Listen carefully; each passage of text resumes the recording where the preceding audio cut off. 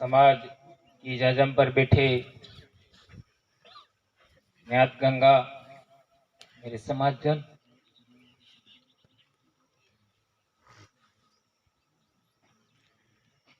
क्या बोले ऐसी स्थिति हमारी।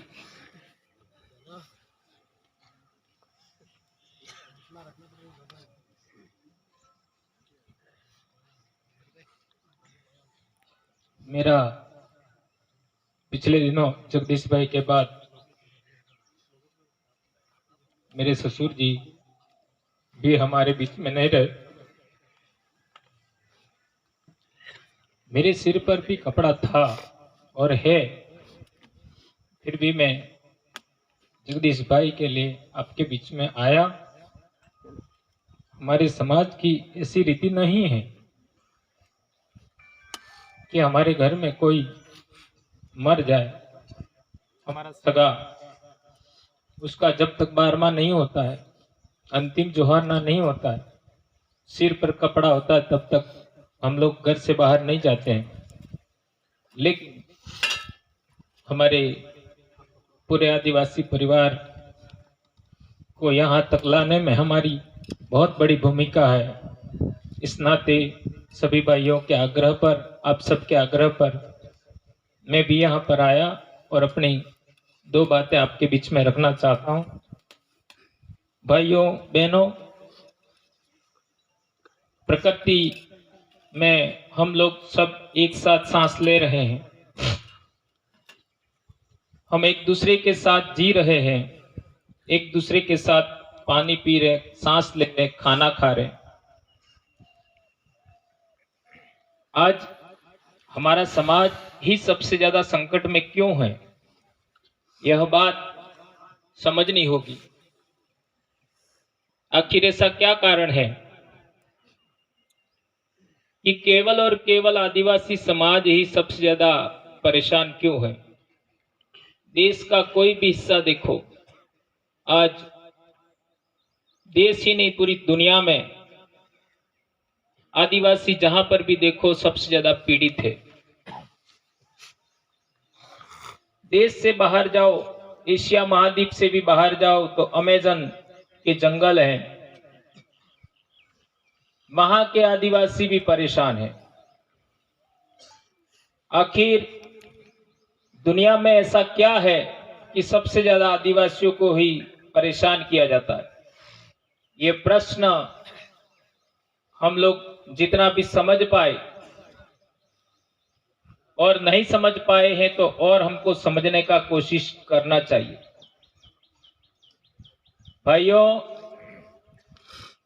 आज हम हमारे इलाके की बात करते हैं तो हमारे इलाके में बड़े बड़े महापुरुष पैदा हुए।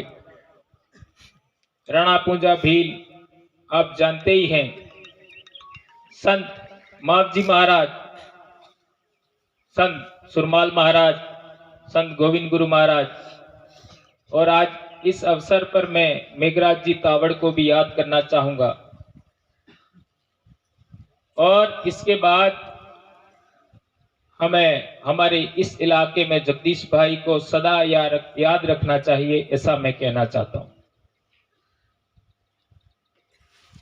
इस इलाके के नाम पर हमारे इलाके में बहुत सारे लोग डरते हैं। कोटड़ा, इसलिए अब आगे क्या कहूं मैं, ऐसा समझते हैं। जब हम पहली बार कोटड़ा गए तो हमें लगा कि ये तो हमारे इलाके का स्वर्ग है। और स्वर्ग की अवधारणा हमारे पूर्वजों की अलग है, दूसरों की अलग है, ऐसा कहा जाना चाहिए। और यदि पुरातत्व के आधार पर कहें तो 70,000 साल पहले मानव सभ्यता का विकास हुआ, वो कोटड़ा के इलाके में पुरावशेष मिले हैं 70,000 साल पहले। और एक गुजरात के इतिहासकार है, पुरातत्वविद है, उन्होंने कहा कि ये वर्तमान में भील आदिवासी है, उनका जो रहन सहन है और वो पुरातात्विक आवास मिले हैं, मकान मिले हैं, सिलबट्टे मिले हैं, घर बनाने की कला मिली है, वो आज भी भील आदिवासी उस जमाने से जिंदा रखे हुए। तो ये हमारे लिए, हमने पिछली बार बोला था, कोटड़ा हमारे लिए होली लैंड हम कह सकते हैं, पवित्र जगह कह सकते हैं। उस इलाके में, ये कोई कोटड़ा ही नहीं, कोटड़ा इलाके में जो नदी जा रही है वो जाडोल फलासिया से जाती है, गोगुंदा से जाती है। ये जो पूरा इलाका है, यहीं पर हमारे पूर्वजों का सभ्यता की शुरुआत हुआ होगा, ऐसा कह सकते हैं। और इस इलाके को जगाने के लिए बहुत शिक्षा, स्वास्थ्य और जैव विविधता संरक्षण, जैसा हमारे भाई ने बताया था, उसको ध्यान में रखते हुए समाज को शिक्षित करने, संगठित करने और संघर्ष करने लायक बनाने के लिए काम चल रहा था, जन जागरण चल रहा था। उसका एक सितारा हमारे बीच नहीं रहा। उनकी उम्र बेशक मेरे से काफी कम है और उनकी सीखने की क्षमता थी, बोलने की क्षमता थी। तो मैं ये मेरे मन में सोचता था कि ये इस इलाके का भविष्य का भंवरलाल परमार होगा, ऐसा मैं मानता था। ये बात मैं दिल से कह रहा हूं। ये इसलिए कह रहा हूं कि उस व्यक्ति में सीखने की जो क्षमता थी, अपने से ज्यादा जानकार आदमी को पूछना, सवाल पूछना और फिर जानकारी लेना और फिर उस जानकारी को समाज में परोसना, ये बहुत कम लोग करते हैं। हमारे समाज में कुछ ऐसी बातें हैं जिसको लेकर के हम लोगों को आज तक अज्ञान रखा गया, हमको जानकारी नहीं दी गई। पूरी दुनिया में जानकारी का विस्तार हो रहा है, जानकारी का विस्फोट हो रहा है और हमारे समाज को जानकारी से दूर रखा जा रहा है।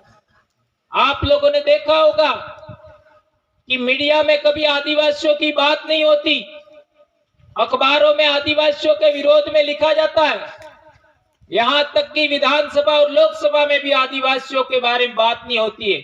और जब भी बात होती है तो विरोध में बात होती है, ऐसा आप लोगों ने कभी कभी देखा होगा, ऐसा मैं कह सकता हूं।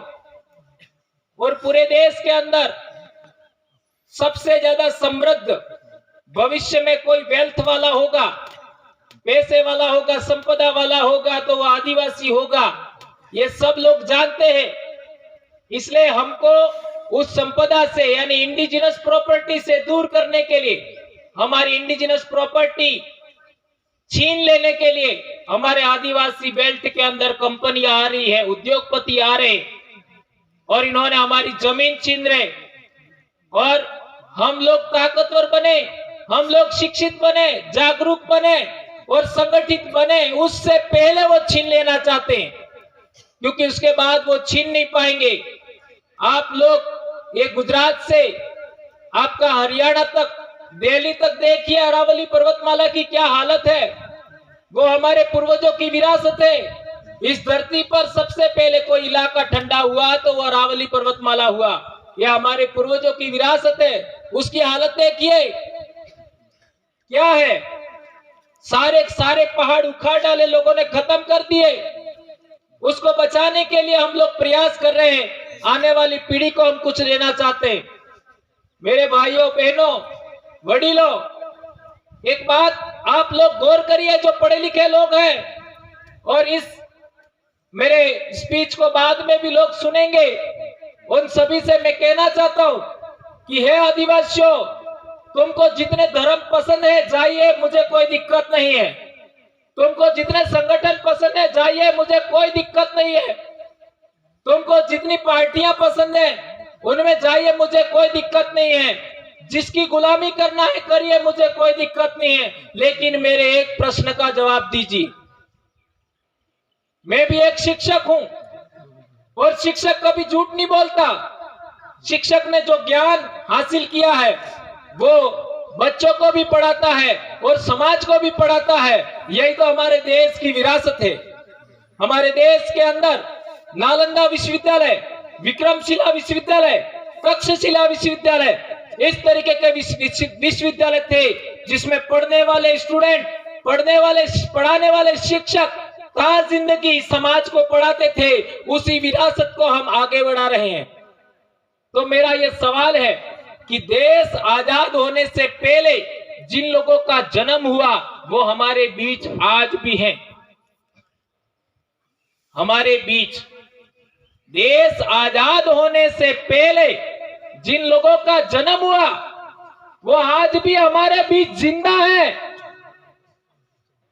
उनको पूछिए कि तुम्हारे परिवार में, तुम्हारे गांव में, तुम्हारे समाज के अंदर, तुम्हारे जिले के अंदर, तुम्हारे राज्य के अंदर क्या कभी आदिवासी से लड़ता था?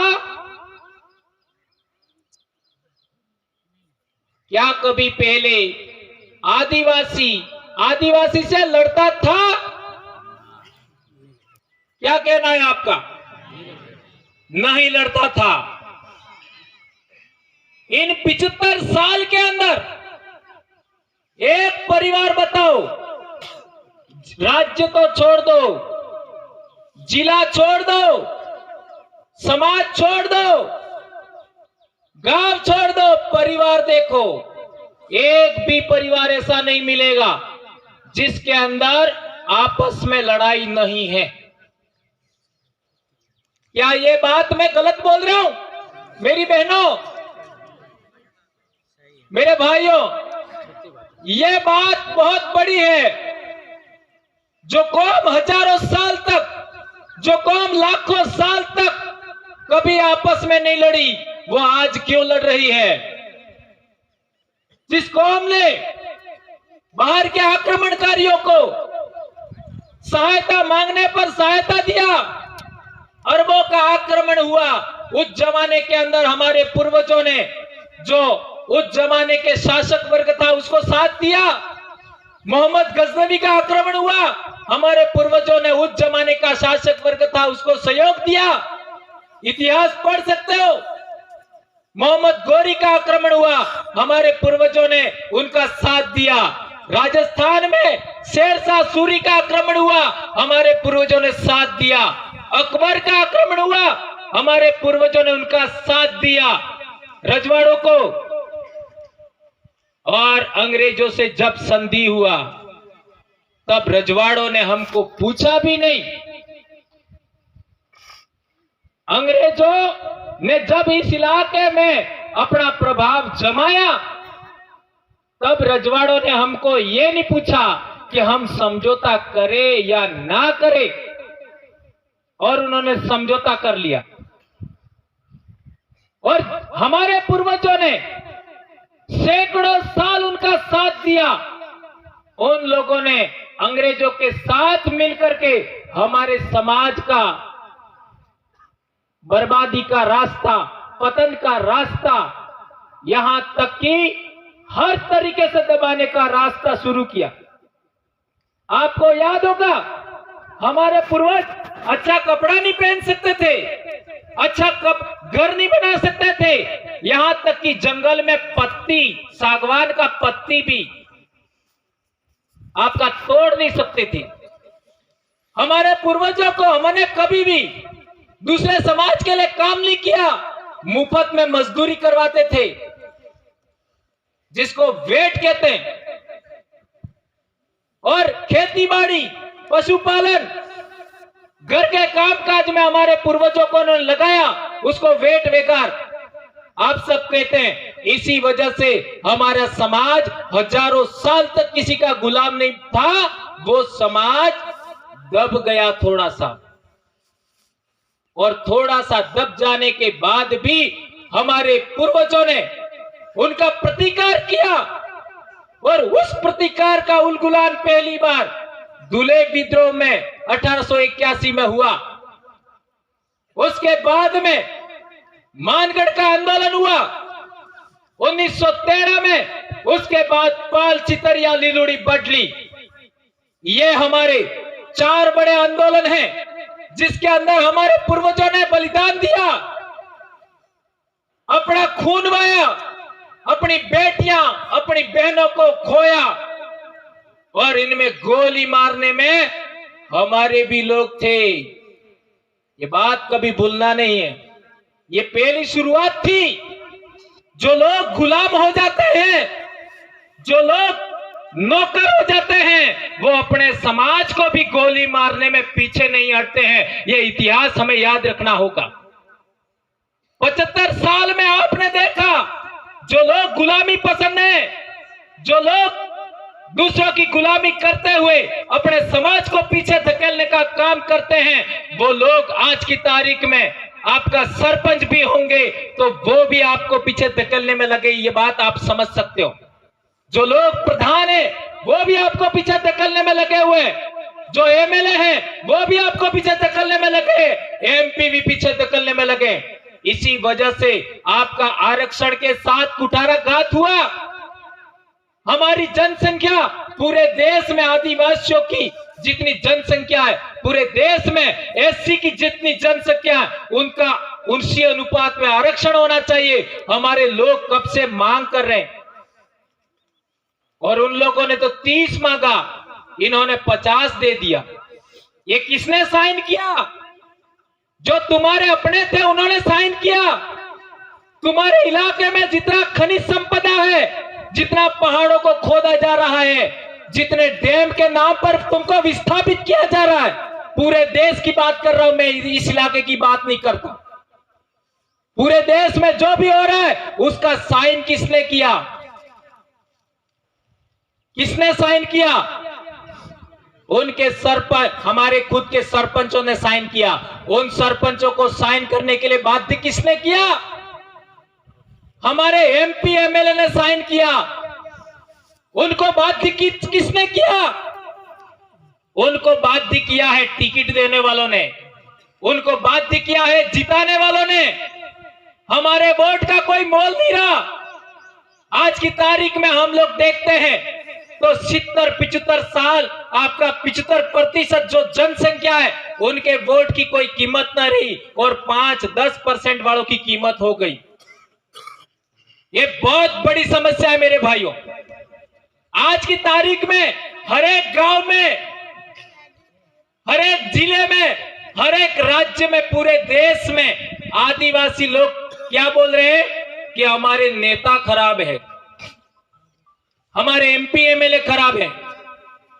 अरे भैया, एक खराब होगा, 2 खराब होंगे, 4 खराब होंगे, राजस्थान में खराब होंगे, गुजरात में खराब होंगे, मध्य प्रदेश में, महाराष्ट्र में और आपका दूसरे राज्यों में, तेलंगाना, आपका उड़ीसा, झारखंड, छत्तीसगढ़, पश्चिम बंगाल, जितने भी राज्य हैं, केरला में, कर्नाटका में, अरे हर जगह सारे का सारे आदिवासी नेता खराब है क्या? ये सवाल बहुत अहम है, ये बहुत बड़ी बात है। जो लोग कभी भी अयोग्य नहीं थे वो पिछले 75 साल में अयोग्य कैसे हो गए? उसके लिए जिम्मेदार है पूना पैक्ट का करार 1932। ध्यान रखिए, पिछले 75 साल में तुम्हारी जितनी जमीन छीनी, तुम्हारा जितना जंगल छीना, तुम्हारा जितना पानी छीना, तुम्हारे जितने खेत खलिहान छीने, तुम्हारा जितना भी नुकसान हुआ है, उस नुकसान का एक ही पॉइंट जिम्मेदार है। कोई नेता जिम्मेदार नहीं है, कोई कर्मचारी जिम्मेदार नहीं है, कोई दूसरा जिम्मेदार नहीं है। एक ही पॉइंट जिम्मेदार है, पूना पैक्ट का करार 1932 जिम्मेदार है। उसको हम लोग बदलना चाहते हैं। नहीं तो मैं भी बाप की अकेली संतान हूं, 2011 से बीमार हूं। मेरे को भी मेरी नौकरी प्यारी है, मेरी जान भी मुझे प्यारी है, मेरे बच्चे, मेरी बीवी, मेरे मां बाप भी मुझे प्यारे हैं। हम लोग नौकरी दांव पे लगा करके, जान दांव पे लगा करके समाज में काम क्यों कर रहे हैं? ये समझो मेरे भाइयों, ये आने वाली पीढ़ी की जान का सवाल है, आने वाले समाज को, आने वाले आदिवासी कौम की नस्लों के अस्तित्व का सवाल है। ये बात हमको समझनी पड़ेगी। जब तक आप पूना पैक्ट 1932 का सॉल्यूशन नहीं निकालते हो, उस समस्या का समाधान नहीं निकालते हो, ये कौम बचने वाली नहीं है, ये जंगल बचने वाले नहीं है, ये पहाड़ बचने वाले नहीं है, ये जमीन भी नहीं बचेगी, ये पानी भी नहीं बचेगा। उसका एक ही समाधान है। क्या समाधान है? ये जो जाजम है वो आदिवासी नेता कौन हो?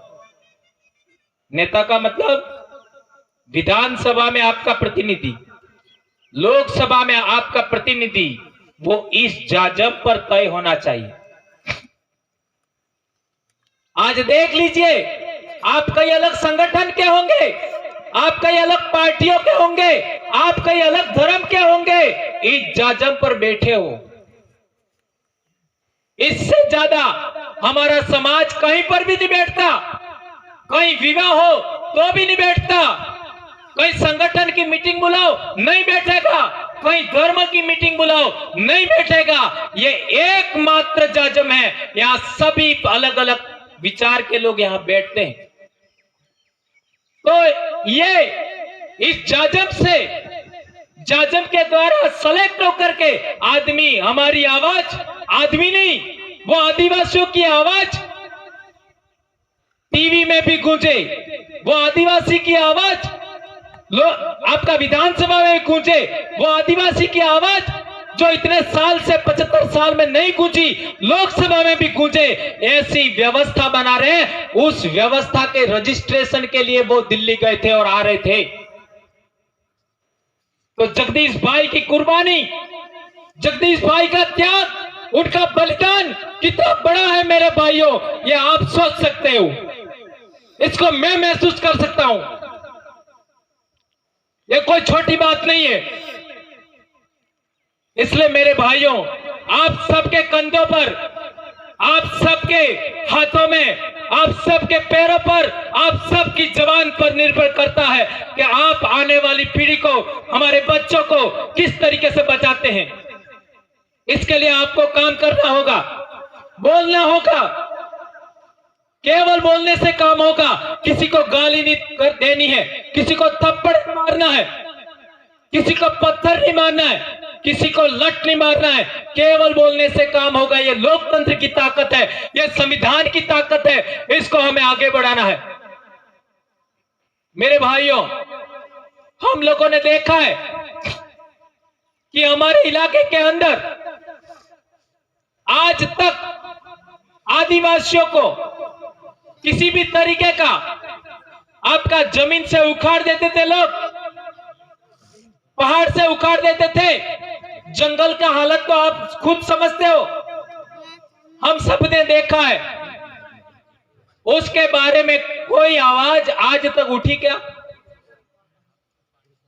ये पहली बार ऐसा हुआ है कि पूरा इलाके के अंदर आज 20 जिलों के लोग यहां हैं।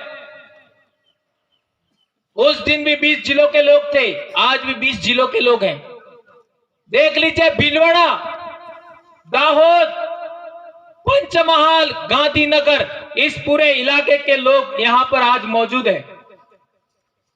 3 से 4 समाज के लोग हैं। क्या आपने कभी इतना बड़ा काटा देखा, इतना बड़ा खरस देखा कभी? क्या कभी इतना अंतिम संस्कार में इतने जिलों से इतने लोग आए हुए कभी देखे आपने? एक मुख्यमंत्री भी चला गया होगा तो नहीं आए होंगे। ये दक्षिणी राजस्थान में पहली बार हुआ है। ये कोई छोटा मोटा काम नहीं है, ये बहुत बड़ा काम है। मैं धन्यवाद दूंगा इस परिवार को, जगदीश भाई के पापा और उनकी मम्मी, माता पिता, आई, दादा, कितना हौसला रखा। उनके भाई कितना हौसला रखा। उनकी पत्नी, हमारी बहन, उन्होंने कितना हौसला रखा, उनके बच्चों ने। और पहली बार है मेरे भाइयों, कि आज 5 जिले के कर्मचारियों ने, 5 जिले के बेरोजगारों ने आपका ऑनलाइन पैसा इकट्ठा किया। हमारे एक साथी अभी हॉस्पिटल में हैं और भाई जगदीश भाई के लिए और सहायता राशि हम लोग बच्चों की शिक्षा के लिए, बच्चों के आने वाले भविष्य के लिए हम लोग आपके बीच में लेकर आए हैं। ये स्वेच्छा से हुआ, किसी ने कहा नहीं। लोगों ने हमको फोन किया कि क्या करें, कैसे करें, तो हमारा एक ही संगठन रजिस्टर्ड है,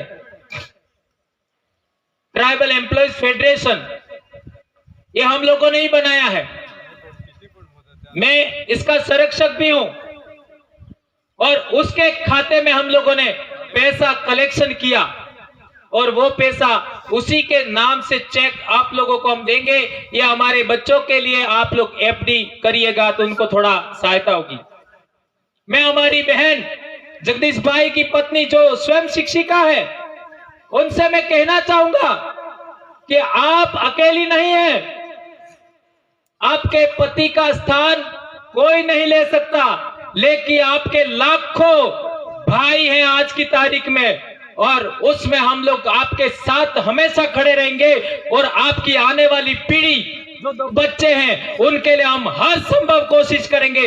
ये आज मैं आपका वचन देता हूं। आपको, आपके माता पिता, आप दोनों को हम वचन देते हैं, दो भाइयों को हम वचन देते हैं, पियर पक्ष और इस गांव को हम वचन देते हैं कि आप हम लोगों को जब कभी भी मौका मिले, हमारी आवश्यकता महसूस हो, हमको बुलाइएगा।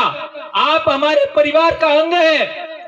एक जमाना था गांव के अंदर भी कोई मर जाता था तो सारे लोग नहीं रोते थे, अपने सगा में भी कोई मर जाता था तो सारे लोग नहीं रोते थे, अपने जिले में भी कोई मर जाता था सारे कांटे में नहीं जाते थे। आज देख लीजिए, हमारे अपने परिवार का अंग, हमारा सगा भाई गया, ऐसा हजारों लोग रोए हैं, एक दो नहीं, हजारों लोग। ये बहुत बड़ी बात है। ये भावनाएं, ये विचार, यही हमें आने वाले समय में याद रखेंगे। बहुत लोग गए इस धरती से, किसी ने किसी को याद नहीं रखा। संत सुरमाल को इसलिए याद रखा जाता है, उन्होंने समाज को कुछ दिया। संत गोविंद गुरु को इसलिए याद रखा जाता है कि उन्होंने समाज को कुछ दिया। मेघराज जी तावर साहब भी समाज के प्रति बहुत डेडिकेटेड थे, तो उनको हमने आज याद किया। इसी तरीके से जगदीश भाई को भी आने वाली पीढ़ी और हम सब याद रखेंगे। उन्होंने पिछले 1 साल में ऐसा बोलना सीखा था, ऐसी जानकारी सीखी थी जो इतना फास्ट कोई सीख नहीं रहता, ये मैं खुद कह सकता हूं।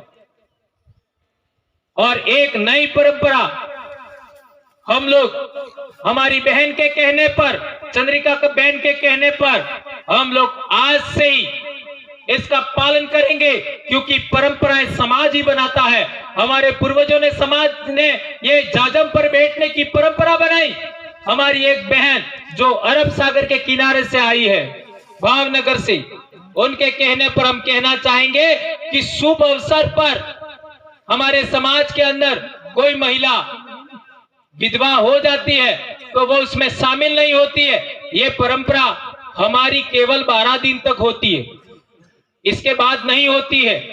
ये भी हमारे समाज में परंपरा है, लेकिन हम लोग वचन देते हैं कि हम लोग ऐसा कभी होने नहीं देंगे। हर शुभ अवसर पर हम आगे रखेंगे, और मैं तो इसमें विश्वास भी नहीं करता, कोई भी जिसका बच्चा नहीं हो और वो भी मेरे आगे निकल जाए, मैं कहीं जा रहा हूं, मैं रुकता नहीं हूं। कोई विधवा भी मेरे आगे पीछे निकल जाए, मैं रुकता नहीं हूं, और मैं तो गलत मानता ही नहीं, कभी नहीं मानता। और हमारे समाज के अंदर कोई इंसान मर जाता है तो उसको गोंड लोग हैं, वो पेन जीवा बोलते हैं, वो पेन हो गया। जो जिंदा है उसको वैन जीवा मानते हैं। वैन का मतलब जिंदा, और पेन का मतलब जो पवन रूप में हो गया। तो हमारे घर के आसपास कोई बुदेड़ा आता है तो आपड़े हो काम, पवन कोणेक मनक बीमार થઈ જાય अचानक तो हो कहीं पवन में पड़ी गई और पूर्वज किस रूप में, पवन के रूप में, तो वो हमारे बीच में जगदीश भाई पवन के रूप में मौजूद हैं, ऐसा हम विश्वास रखेंगे। और एक और इम्पोर्टेंट बात आपके बीच में कहना चाहता हूं, आज के बाद हमारे समाज के अंदर जो बोलने वाले, समाज जागरण में उल्लेखनीय काम करने वाले जो भाई हैं, बहनें हैं, उनके लिए इसी तरीके से हमें आर्थिक सहयोग भी करना चाहिए। बहन ने, चंद्रिका बहन ने एक बहुत इंपॉर्टेंट बात और कही थी कि हम धर्म स्थल पर जो दान करते हैं वो पैसा हमारे जिनके पति मर जाएं, ऐसी बहनों के लिए, जिनके बाप मर जाए, मां मर जाए, ऐसे बच्चों के लिए हम लोगों को सहयोग राशि कराना चाहिए। और हम लोग कोशिश कर रहे हैं आने वाले समय के अंदर हमारा एक आदिवासी परिवार कोष हो, जिसके अंदर हम दिन का 1 रुपया डालें और कर्मचारी 1 दिन की अपनी इनकम उसमें डाले और ऐसे बच्चों की शिक्षा के लिए, ऐसी महिलाओं के लिए हम लोग देंगे। इस तरीके का काम हम कर रहे हैं। हमारा एक रजिस्ट्रेशन हो गया है और दूसरा रजिस्ट्रेशन जिसके लिए जगदीश भाई गए थे वो भी बहुत जल्द हो जाएगा। और हम लोग चाहेंगे कि और बहुत सारे हमारे स्टूडेंट की विंग है, उसको भी हमें रजिस्ट्रेशन कराना है, युवाओं की विंग है उसका भी रजिस्ट्रेशन करवाना है, हमारा आपका संघर्ष करने की एक विंग है उसका भी रजिस्ट्रेशन करवाना है। तो ये सब होंगे समय के अनुसार। दूसरे समाज रजिस्ट्रेशन कराता है तो महीनों में हो जाते हैं, लेकिन हमारे कर्मचारी भाइयों को पूछिए, हमारे कर्मचारियों का संगठन रजिस्टर्ड किया 2 साल लगे और ये पहली बार नहीं गए थे, 1.5 साल से जा रहे। जिस गाड़ी का एक्सीडेंट हुआ वो गाड़ी ही लेके जाते हैं 1.5 साल से, और पहली बार ऐसा हुआ है। लेकिन जो होना था, मैं ऐसा कहना भी मुझे अच्छा नहीं लगता, एक बहुत बड़ी क्षति हो चुकी है, उसकी भरपाई मेरे लिए तो असंभव है। मैं भी अपने आप को बोलने से घबराता हूं और घबरा इसलिए रहा हूं कि क्या जवाब दें हम लोग। जगदीश भाई जैसा घटना हो जाता है तो हम उस परिवार को, उन बच्चों को हम क्या जवाब दें। मैं बहुत ही ओजस्वी वक्ता हूं, आपकी ऊर्जा मेरे में समाहित होती है तब मैं ऐसा बोल पाता हूं। जब दिल टूटता है तो ऐसा बोलना संभव नहीं हो पाता है। इसलिए आप लोग जितने यहाँ, मेरी बहनें, मेरे बड़े वडील, आप सब आए हैं, आप सब से हाथ जोड़कर मेरी गुजारिश है, अनुरोध है, हमारे तमाम प्रकार के मतभेद होंगे, मनभेद होंगे, पार्टियां, संगठन, इन सब को छोड़ करके जाजम पर आ जाइए और जाजम का महत्व समझिए। और जो बात मैंने आपको बताई वो हमेशा याद रखना। एक बात, देश आजाद होने से पहले आदिवासी कभी भी आपस में नहीं लड़ता था, और इन 75 साल में पूना पैक्ट 1932 की वजह से एक परिवार बाकी नहीं है जिसमें झगड़ा नहीं है। उस बीमारी को खत्म करना है, उसके लिए आप काम करेंगे, ऐसी मैं आशा अपेक्षा करता हूं। मेरे भाई जगदीश को नमन करते हुए, इस जाजम को नमन करते हुए, मेरी बहन और हमारे सर आपका बसंती लाल जी, मेरे छोटे भाई, आप सबको मैं क्या कहूं, इतना ही कह सकता हूं कि मैं आपका ही बेटा हूं, आपका ही भाई हूं। कोशिश करेंगे हम लोग, जितना भी कोशिश करें। मेरी 5 बहनें, आज से मैं अपनी 6 बहनें मालूंगा। मैं बाप की अकेली संतान हूं, लेकिन मैं हजारों भाई वाला हूं, तो आप भी मेरे अपने भाई हैं। आप लोगों के लिए मेरे से जो भी हो सकेगा मैं कोशिश करूंगा।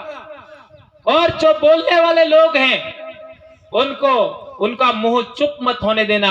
हमारा समाज आजाद होके रहेगा, हमारी समस्याओं का समाधान होके रहेगा, कुदरत हमें सहयोग करेगी, ऐसी मैं आशा रखता हूं। और इस परिवार ने जो संकट झेला है, उस संकट में पियर पक्ष, गांव के भाई, इस इलाके के भाई, आप सदा उनका साथ देना। हमारा जो भी आपस में झगड़ा होगा हम लोग निपटा लेंगे समाज की जाजम पर बैठ करके, लेकिन इस एक मामले के लिए आप लोग उनका सदा साथ में रहेंगे, ऐसी मैं आशा अपेक्षा करता हूं। इस जाजम को नमन करता हूं, कुदरत को नमन करता हूं, हमारे जगदीश भाई मन्नारे को भी नमन करता हूं। और आज की तारीख में पेन, मैं बताना भूल गया, पेन का मतलब देवतुल्य, जो मर जाता है उसको पेन बोलते हैं, देवतुल्य ऐसा हमारा माना जाता है। उसी को, उस परंपरा को हम आगे बढ़ाएंगे। धन्यवाद, आभार।